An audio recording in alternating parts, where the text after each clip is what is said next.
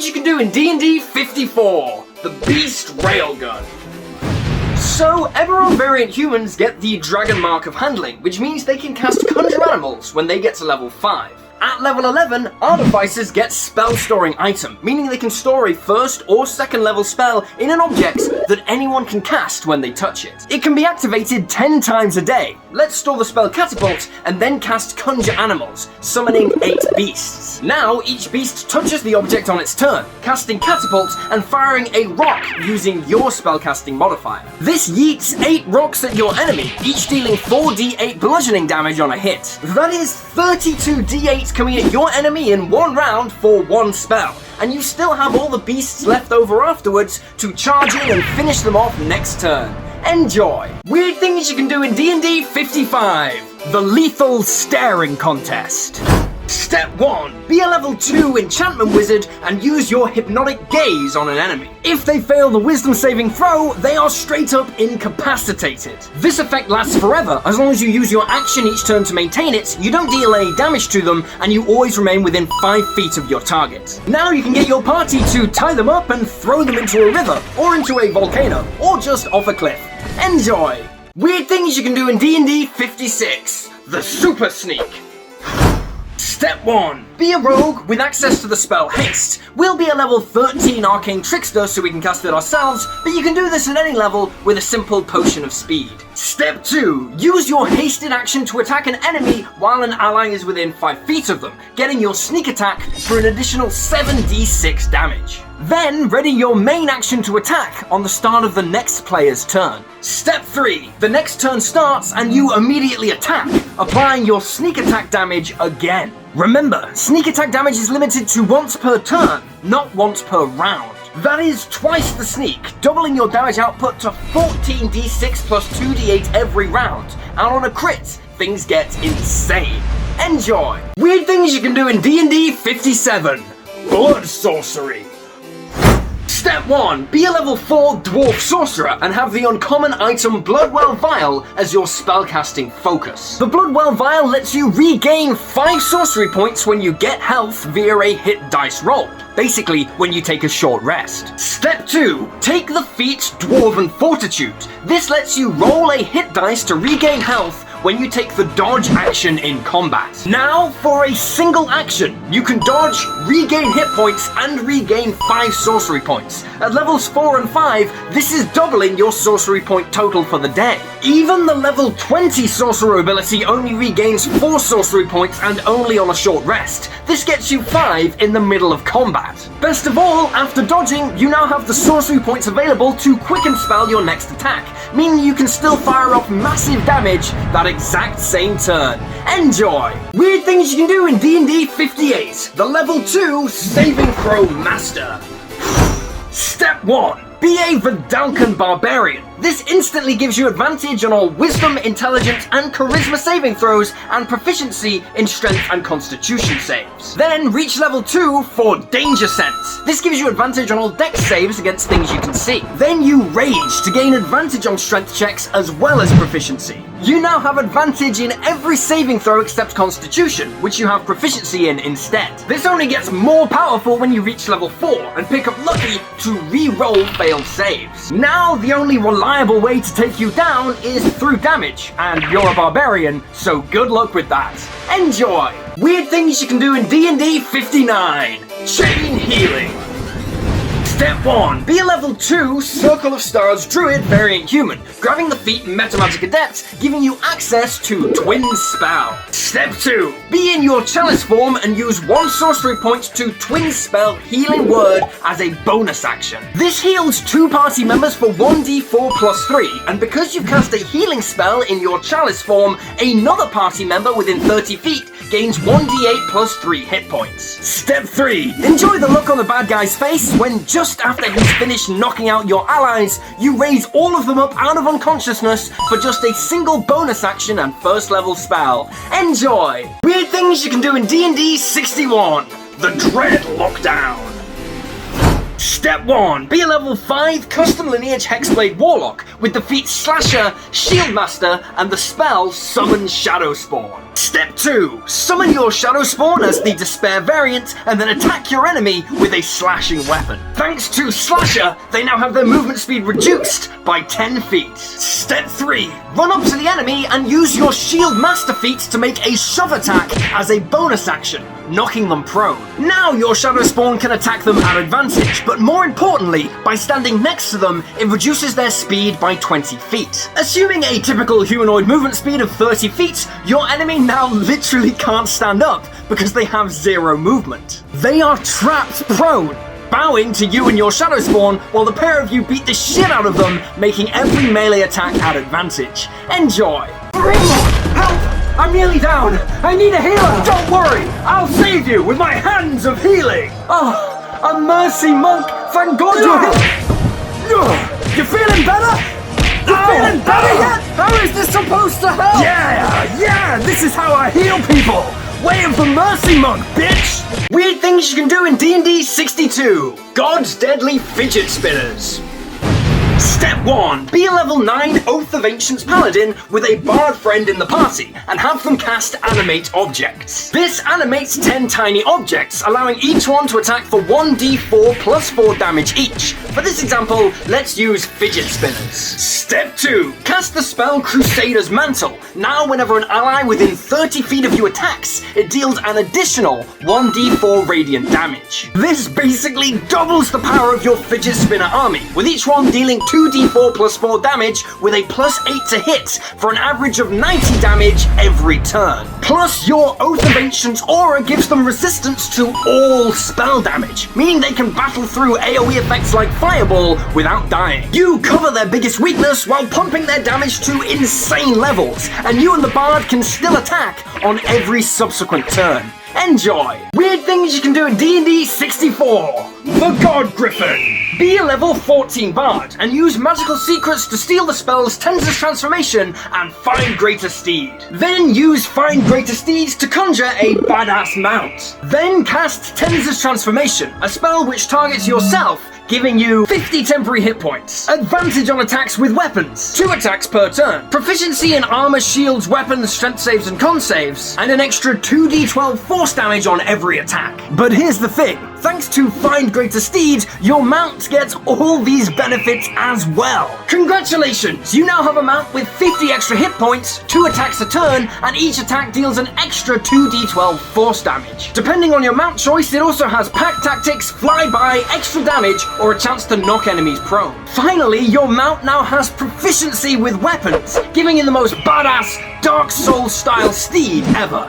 Enjoy! Weird things you can do in D&D 65. Cavalier Hyperblur.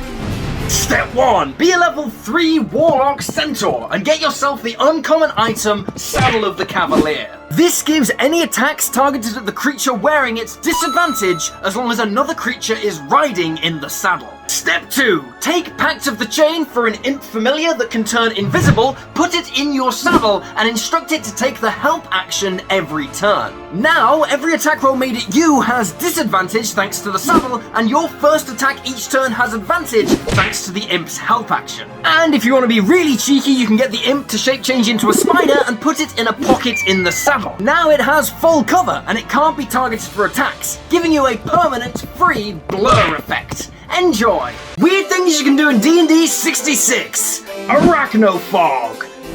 Step 1. Be a level 2 Circle of the Moon Druid and cast the spell Fog Cloud on your enemies. They are now all blinded thanks to the fog. Step 2. Bonus action Wild Shape into a giant spider. You now have blind sight, which means you can see just fine in the fog cloud. Now, because your enemies can't see you, every attack is coming in at advantage, and you can strike and retreat without provoking opportunity attacks. You can even use your web attack to restrain an enemy and lock them in the fog cloud while you attack. You've created a death zone that no one can see in, but they can hear the screams of the people you devour inside. Enjoy! Weird things you can do in D&D 67. The Phantom Ballbuster. Step 1. Be a level 5 wizard, grabbing the spells Phantom Steed and Darkness, picking up the feat Eldritch Adept at level 4. This gives us Devil's Sight, so we can see even in magical darkness. Step 2. Cast Darkness on the saddle of your Phantom Steed. You now have a 100-foot speed, roaming horse of blackness that gives you advantage on all attacks and doesn't provoke opportunity attacks. Enjoy terrorizing your enemies as you blitz in from 100 feet away on a cloud of darkness, punch them in the balls, and dash 100 feet back, all in the space of 6 seconds without even giving them a chance to do a thing to stop you. Enjoy! Weird things you can do in D&D 68. The Toucannon.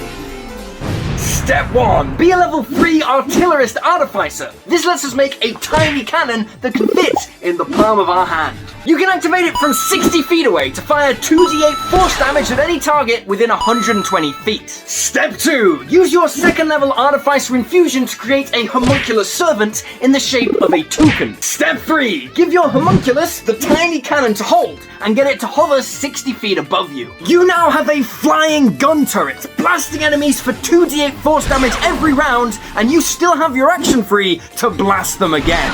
Enjoy! Weird things you can do in D&D 69. The ultimate sex machine. Be a level 15 bard with 3 levels in Fey Wanderer Ranger. You can now add your charisma and wisdom to any charisma ability check. Cast Glibness. Now the minimum you can roll for any charisma check is 15. Cast Guidance and Ceremony for 2d4 to your next check. Grab an Ioun Stone of Mastery and Expertise in Persuasion. Then use your Peerless skill ability to add a Bardic Inspiration die to your next check. Finally, have a simulacrum of yourself via Magical Secrets and use it to grant you Bardic Inspiration. There are ways to take this even further, but as it stands, even a nat 1 can get you a 69 on a seduction check, and that number is all you ever need. Enjoy! Weird things you can do in D&D 70. How to get a pet Dracolich. Step 1. Be a level 14 Necromancer Wizard and find an ancient white Dracolich you want to enslave. As we can see from the red and blue Dracolich stat blocks, they have the same stats as their dragon counterparts, except they have a resistance to necrotic damage and they are undead. Step 2. Burn through the ancient white Dracolich's legendary resistances. Step 3. Use your command undead traits, forcing a charisma save from the ancient white. You can reaction cast silvery barbs to force disadvantage on this save, or partner up with a divination wizard to basically guarantee success. When the dragon fails to save, it falls under your control, and because it only has an intelligence score of 10, it is yours permanently. You can now keep it as a pet as long as you never try and dominate another creature, and with a CR 20 ancient dragon at your command, you're never gonna need to dominate another creature. Enjoy! Here is the highest possible AC you can get at level 1 with no feats, magic items or money. Let's go! Be a Turtle Hexblade Warlock. This gives us a natural armor class of 17 and lets us carry a shield. Start your turn within 5 feet of an enemy and then move out of their range, triggering an opportunity attack. This allows us to reaction cast shield, giving us a +5 to our AC all through this round to the start of our next turn. Then use your movement to retreat to a position of 3/4 cover for another +5 to your AC. Finally, use your action to retreat into your shell, falling prone and gaining a +4 to AC. This gives us a completely free AC of 17 +5 +5 +4 +2 for a total of 33 at level 1. And none of this uses your concentration, so you can still hold up a powerful spell like Tasha's Hideous Laughter while you do this. Your enemies can't hit you, but your DM might want to. Enjoy! Here is the most powerful level 2 character build possible in D&D. Let's go!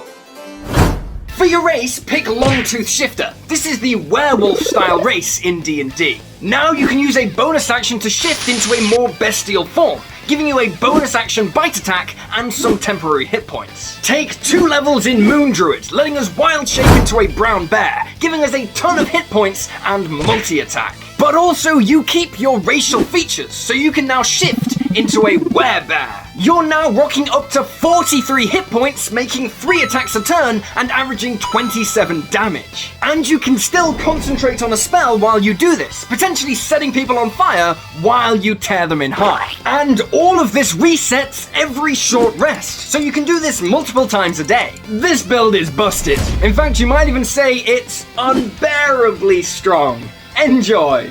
Here is the most insane full party combo in D&D. All you need is a Zealot Barbarian and someone who can cast the spell Ceremony and Revivify. Ceremony lets you perform a wedding, giving any players who marry each other a +2 to their AC. But here's the thing, Ceremony is specifically worded to allow multiple people to marry. This can be a 5-way, full-party, polygamous marriage, giving everyone +2 to their AC. However, the AC boost only lasts for 7 days, and then you can't get it again unless you become widowed. This is where the entire party gets together and murders the Zealot Barbarian. Now, everybody is widowed, and so you can cast Ceremony and get married again. Finally, simply cast Revivify on the dead Barbarian. Because they're a zealot, it requires no material components. They're back from the dead, and everyone can get married again. Repeating this every week for a permanent +2 to your AC. That is, as long as the barbarian is cool with getting murdered every 7 days. Enjoy! Here is the most blatantly unfair low-level combo in D&D. Heat Metal is a spell that targets an object like a suit of armor and causes it to instantly burn anyone touching it, and the caster can repeat that damage every turn as their bonus action. Importantly, there is no saving throw to prevent this damage. Plate mail takes 5 minutes to take off, so if your enemy is wearing some, the only way to save themselves is to break your concentration on the spell. But a level 3 druid can cast this spell, wild shape into a horse, and just run. You'll be dashing 120 feet away every turn, and burning your opponent with every bonus action. By level 9, you can wild shape into a flying creature and escape into the skies, dealing an average of 225 unstoppable damage in 60 seconds. It is terrifying, deadly, and completely unfair. Enjoy! So with the new D&D rules, Bugbears are now broken. They get an extra 2d6 damage on every attack if their target hasn't taken a turn yet this combat. That is insane. Be a level 8 Bugbear with 5 levels in Echo Knight Fighter and 3 levels in Gloomstalker Ranger. Gloomstalkers add their wisdom bonus to their initiative rolls, so with a maxed out dex, you'll be going first most of the time. Between Dread Ambush, Unleash Incarnation, and Action Surge, we can make 8 attacks on our first turn, 2 of which deal an extra 1d8 damage. Plus, we can bonus action Hunter's Mark to deal an extra 1d6 damage on every hit. All in, that's 24d6 plus 10d8 plus 40 for an average of 169 damage in 1 turn. Yeah, the new Bugbear might have been a mistake.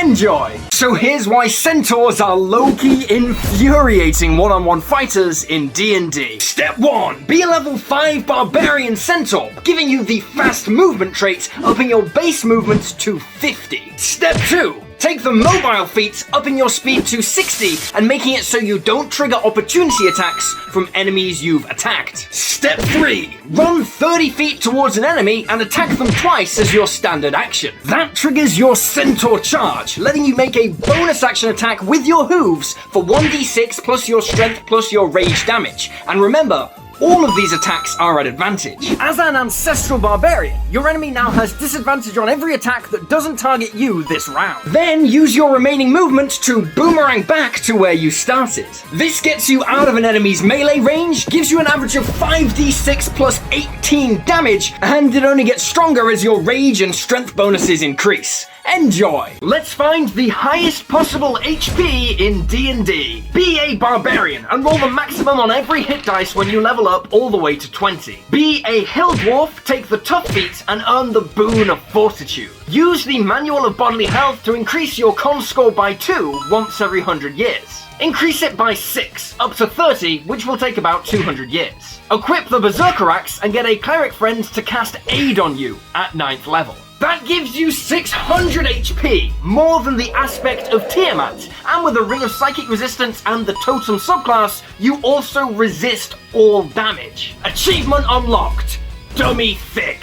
Enjoy! Healing Spirit is a 2nd level spell that conjures a 5-foot wide spirit which heals players for 1d6 the first time they pass through it on their turn. The designers meant for it to be used in combat, healing a few players for a few hit points if they use their movement to pass through it. However, it was completely broken. Out of combat, you could line up a bunch of people and just have them sprint through the spirit every turn. This second level spell could easily give out 200 hit points to a party, just conga lining through it each turn. And it could give out thousands of hit points to a properly coordinated larger group. In fact, it was so much better than literally every other healing option in the game, Wizards had to publish a correction to fix it. Now it can only heal a number of creatures equal to 1 plus your spellcasting modifier. Still good, but no longer broken. Let's find the highest possible AC in D&D. Be level 20, with 1 level in Barbarian for Unarmed Defense. Earn the Boon of Immortality and get the Manuals of Quickness and Bodily Health. After about 500 years of training, you'll have a Dex and Con score of 30.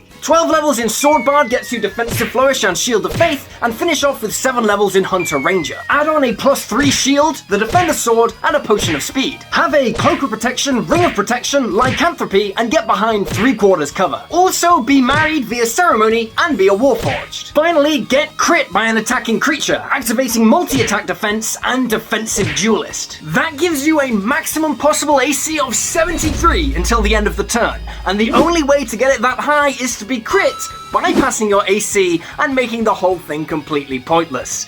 Enjoy! So easily, the most underrated weapon in D&D is the Lance. Firstly, it's a 1d12 damage dealing weapon that isn't heavy. Heavy weapons give disadvantage to any small race that uses them, meaning great swords and great axes are basically out of bounds for any small race. So the Lance is the only option for those small races to still get that fat d12.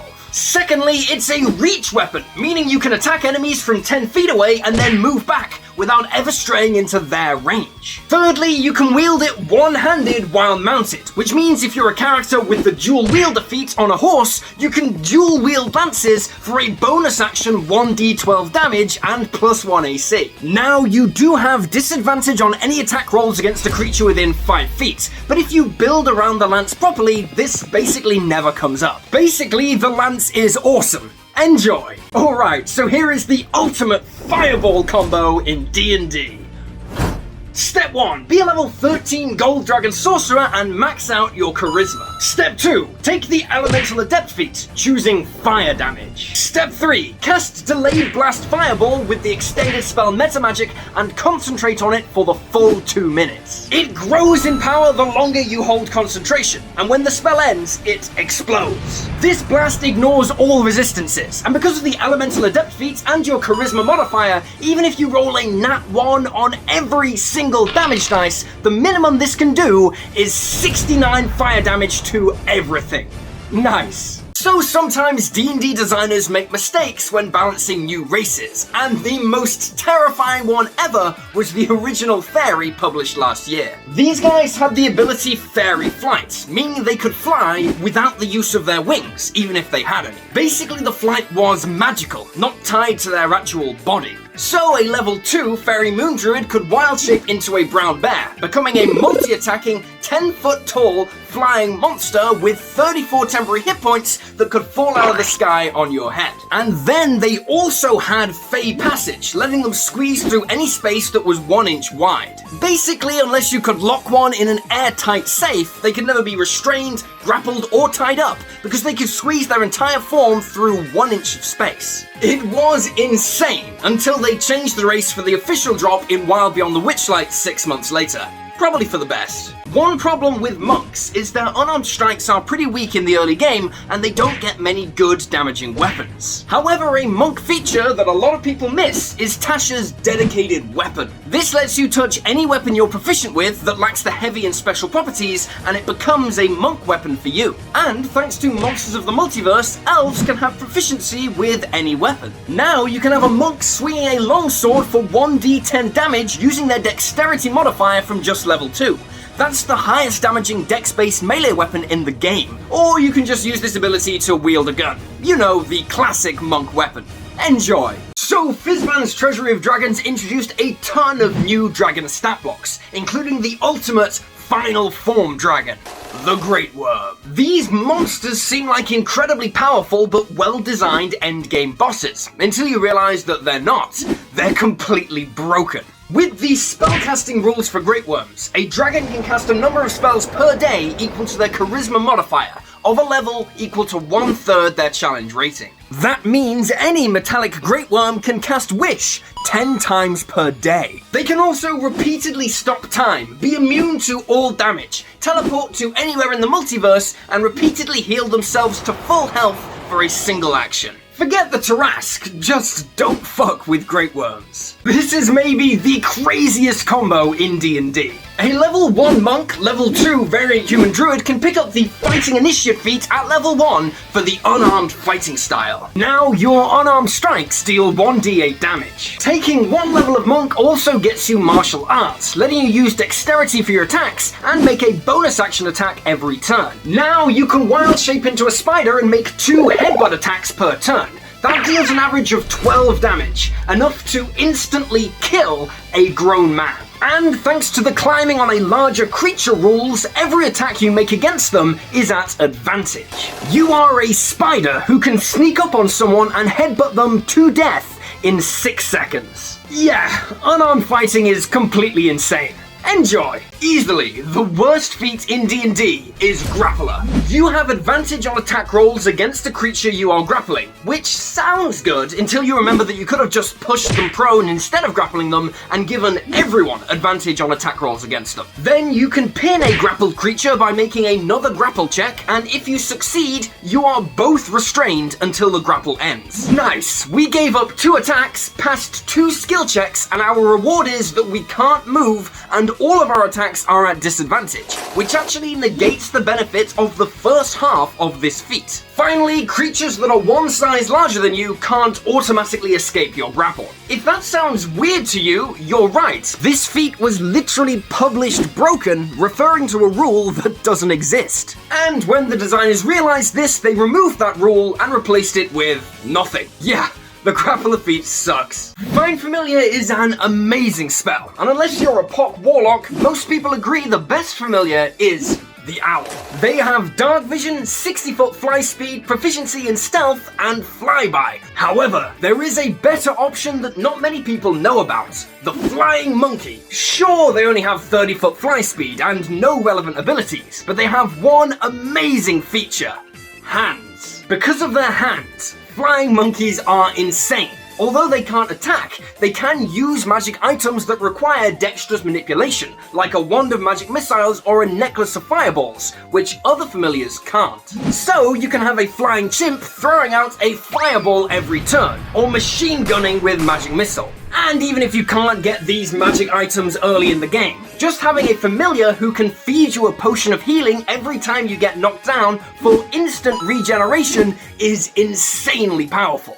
Enjoy! So here's a dumb combo that breaks rogues in D&D. At 3rd level, rogues get a Tasha's feature called Steady Aim, which lets them use their bonus action to give them advantage on their next attack this turn. However, the downside is you can't do this if you've moved already that turn, and after you do it, your movement falls to 0. Basically, if you steady aim, you can't move. However, if your rogue is mounted, like on a phantom steed via the ritual caster feat, this isn't a problem. They can steady aim, attack, and then have their mount dash them across the battlefield, even after their movement falls to 0. You can now steady aim while blitzing at 200 feet per turn, making every attack with advantage from range, triggering sneak attack effortlessly. It doesn't make a lick of sense, but you're putting the dumb and the deadly into D&D.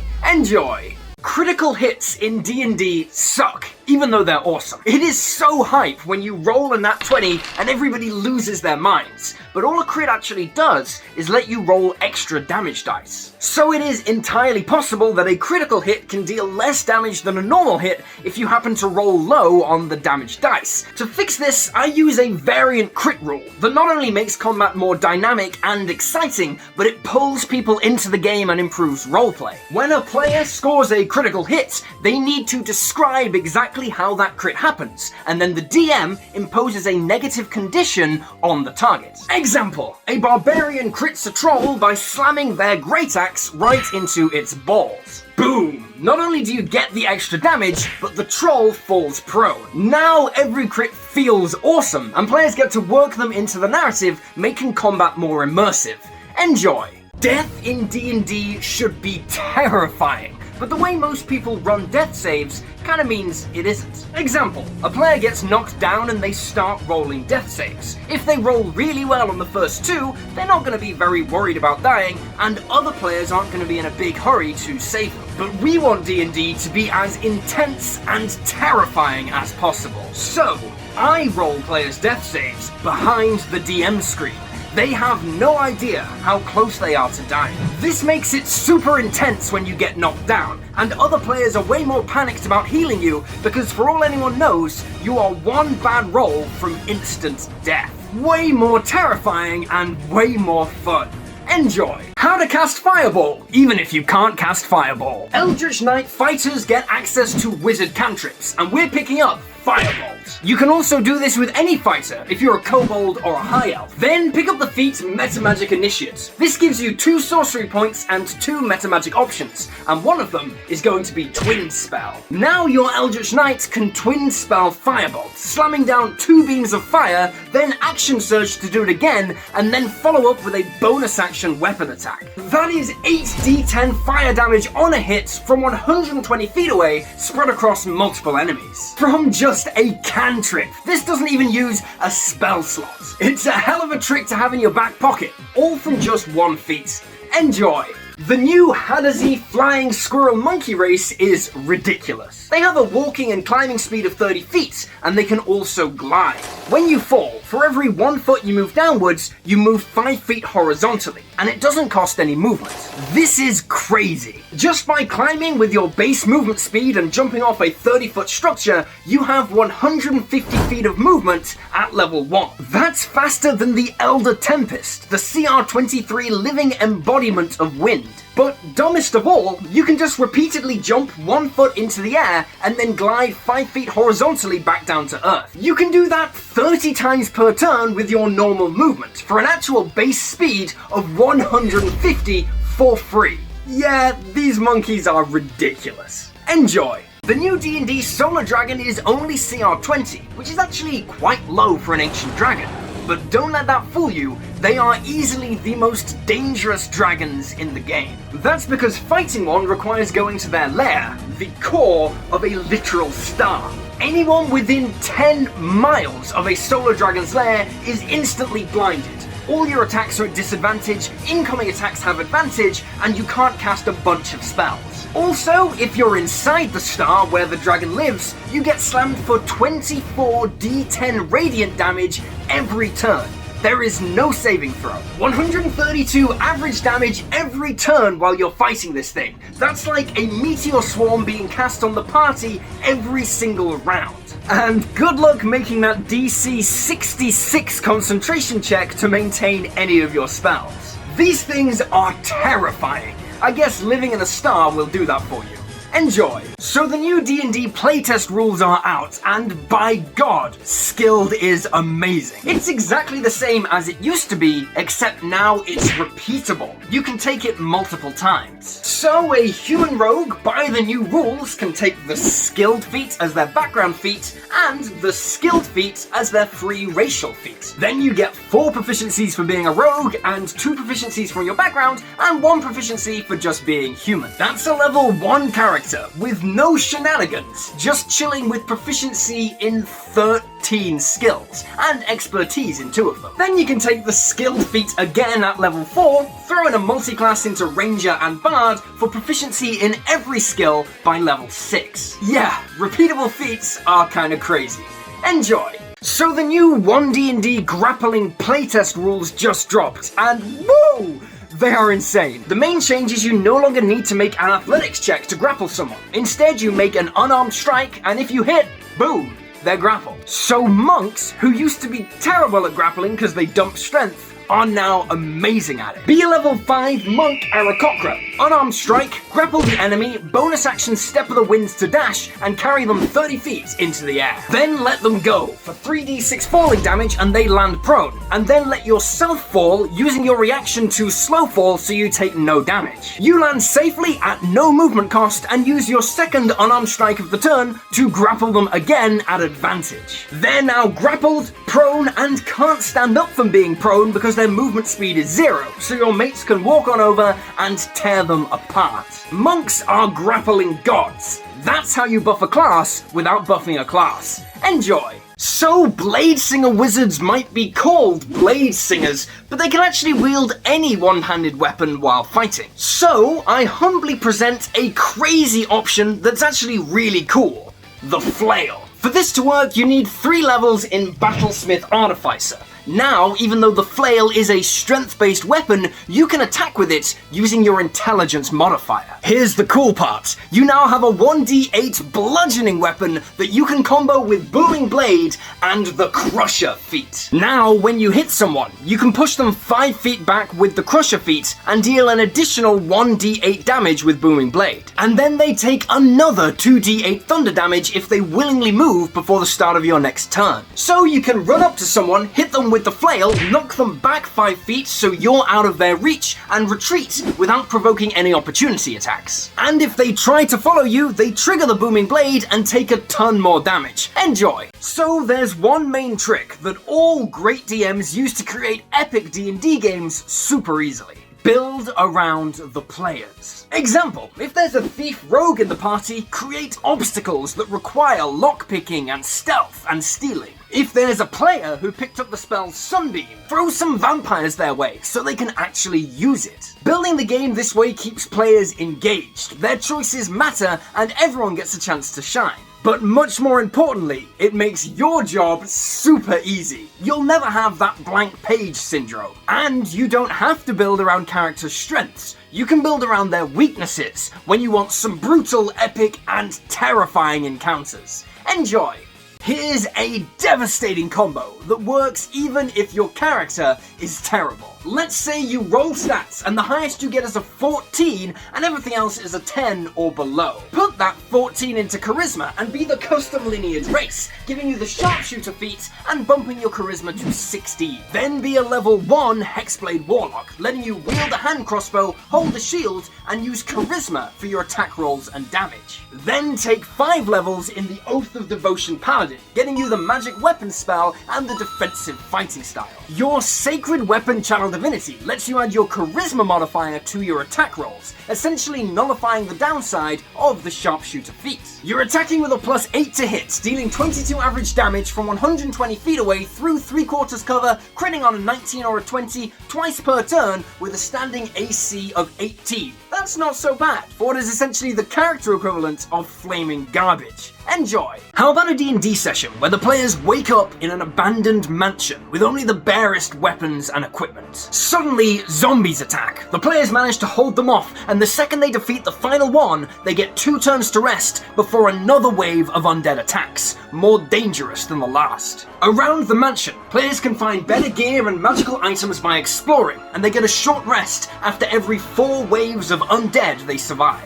Yes, it's COD Zombies in D&D with a twist. If any player dies and isn't revived by the start of the next round, they can join the waves of undead as a super zombie. Players also get bonuses for completing special challenges, like taking out 3 undead in a single turn to give you extra hit points and regain spell slots. 10 rounds, level 5 party. Start with ordinary zombies, end with a zombie beholder. It takes 5 minutes for the DM to prep, and it lets everyone test out new characters. Enjoy! We gotta talk about the most blatantly overpowered bard subclass in the entire game, College of Eloquence, and it's all because of their level 3 feature, Silver Tongue. Anytime you make a persuasion or a deception check, any roll you get that's lower than a 10 becomes a 10. So at level 5, with bardic expertise in persuasion and deception, a custom lineage bard can never, ever roll lower than a 20 when lying. And custom lineage bards get the Fey-touched feat at level 1, picking up silvery barbs. Now, if an enemy by some miracle succeeds on an insight check against your deception, you can just force them to re-roll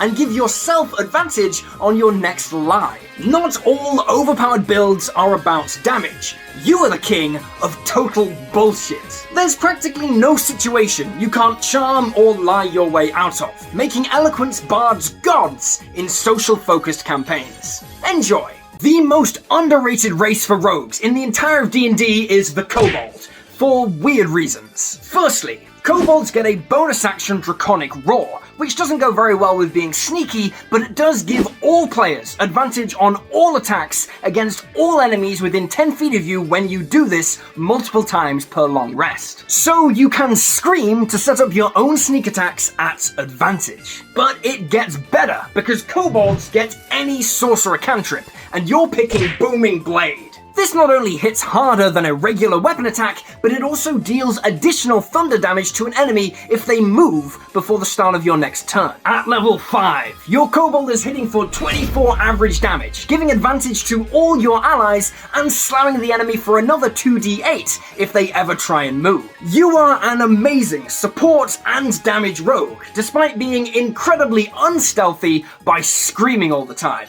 Enjoy! The best flying race in D&D is weird. Because flight is such a powerful ability, the designers can't give races that fly many other abilities because they have to keep things balanced. But there's one race that gets around this. The Reborn. Reborn are a lineage based on any race that's died and then come back as a zombie-type creature. They get a ton of awesome traits, advantage on death saves, poison resistance, 4-hour-long rests, and the ability to add a d6 to any skill check multiple times per day. But most importantly, they retain any skills and movement speeds of the race they were when they were alive. So an Owlin Reborn gets all the amazing Reborn features, plus proficiency in stealth and a 30-foot fly speed, making Reborn easily the most powerful flying race in the entire game.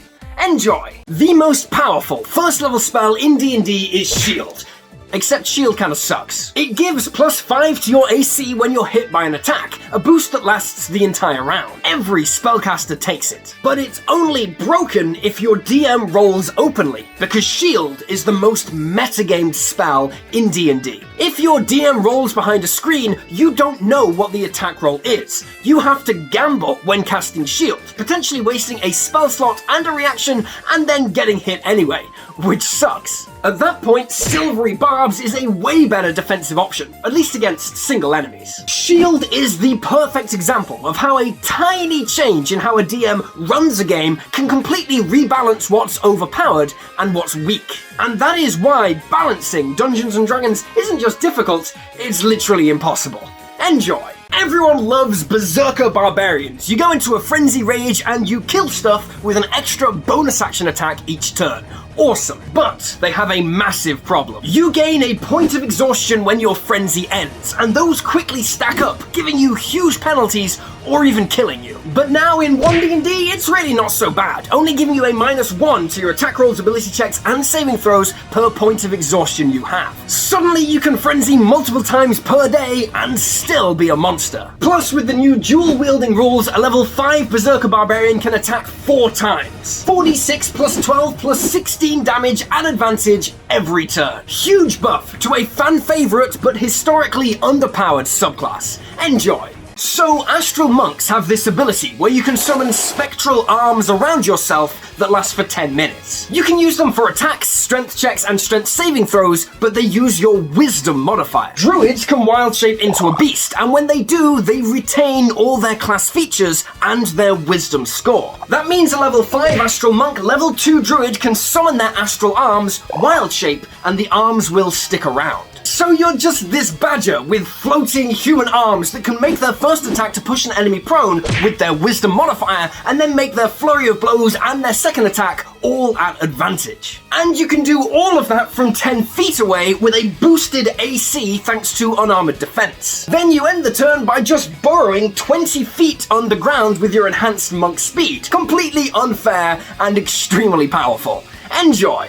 Okay, here's a combo for god tier damage in D&D. Tempest Clerics get this ability Destructive Wrath, where any spell that deals lightning or thunder damage deals the maximum possible damage once per short rest. We can abuse that by adding 2 levels of Tempest Cleric to the Scribe Wizard. Scribe Wizards can replace the damage type of any wizard spell with the damage type of another wizard spell that they know. So from level 7, you can swap out good old Fireball for a devastating Thunder Bomb, dealing 56 thunder damage to all creatures in a 40 diameter sphere. But in case you thought that was all, Tempest Clerics also give you heavy armor proficiency, so you're this walking tank of a wizard dropping insane bursts of thunder damage. And this build can even heal, because screw it, why not be good at everything?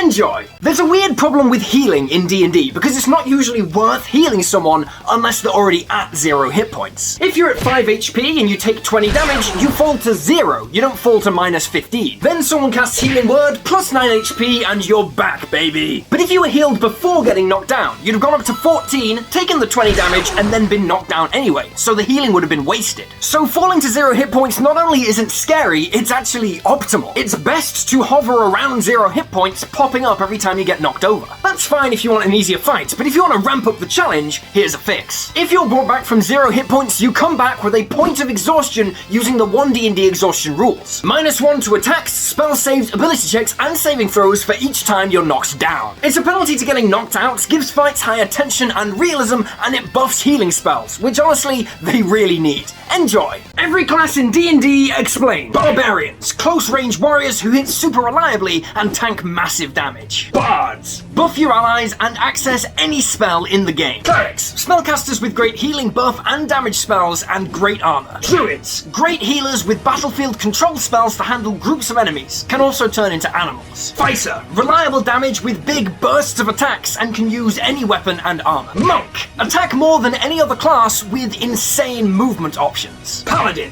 some spells, big armor, and huge bursts of damage on their attacks. Ranger, lots of versatility and skills with some magic, a mix between fighters and druids. Rogue, sneaky and skillful with lethal bursts of damage. Sorcerer, explosive spellcasters who upgrade their magic with sorcery points. Warlock, massively customizable spellcasters with fewer spell slots, but they recharge quicker. Wizard, they can do a bit of everything except heal. Artificer, insane defenses, and pet robots. So this Paladin subclass is all about mounted combat, summoning dragons, and mounted combat on summoned dragons. The Child Divinity Lead the Charge lets you or your mount dash up to your movement speed and make an attack as a bonus action, which really helps with the Paladin problem of range. At 7th level you get an aura that buffs your summons with temporary hit points every turn, and you can use Find Steed to summon a dragon that is large, which means you can ride it. At level 15 your dragon steed just gets stronger, and at the capstone things go crazy. You and your mount get +2 AC. Your mount resists all damage, and more importantly, it treats any roll to recharge an action as a 6. That means your pet dragon mount will recharge its breath weapon every turn, so you're this monster tank paladin on a dragon spewing endless flame. If you want to try this subclass out, download it for free from my website, link in bio, and find other cool stuff there too. Enjoy! So, druids are awesome. They can wild shape, turning into beasts. But the most underrated wild shape in D&D that everyone is sleeping on is the Deinonychus. It's CR1, which means that moon druids can become this from level 2. 40-foot movement speed, 26 hit points, and 13 AC, which is pretty good for this level. But more importantly, they go crazy in combat, attacking up to 4 times a turn. 3 attacks with multi-attack, and if you move to 20 feet towards a creature this turn, when you hit them, you can knock them prone if they fail a strength save. That not only gives all your other attacks this turn advantage, but you can make a bonus action bite attack against prone creatures. If you're a race that gets a bonus feat, you can grab Magic Initiate Hex to cast before wild shaping. Because you can still concentrate on spells while wild shaped, you're pumping out 48 plus 46 plus 8 damage every turn while knocking enemies prone as some terrifying necrotic dinosaur.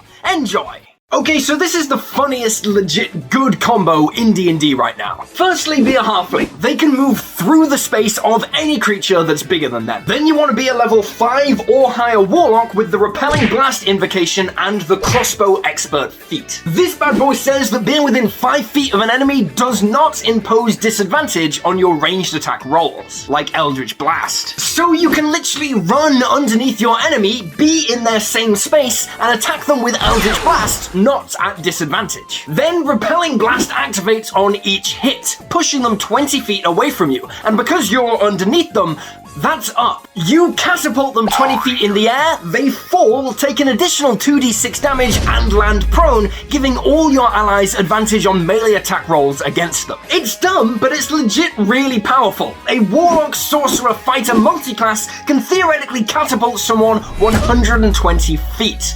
Enjoy! The most hated race in D&D is back. Kenda from the original Dragonlance weren't hated because they were too strong or really weak, it was because of their characterization. They were designed to be super curious, have little concept of ownership, and see nothing morally wrong with handling other people's stuff. Some players took this as an excuse to just be thieves, stealing from other players, and generally being toxic as hell. Obviously, other players didn't take kindly to having their stuff nicked constantly, so Kenda became the face of that toxic player versus player mentality. In fact, Kenda were so hated that even nearly 40 years after being printed, they still show up on discussion boards about banned races in D&D. And now they're back, but this time, Wizards completely removed the law about them handling other people's stuff. I guess they thought that cutting out that law was better than potentially having more bad feelings around the table, so maybe Kenda will get more love this time around.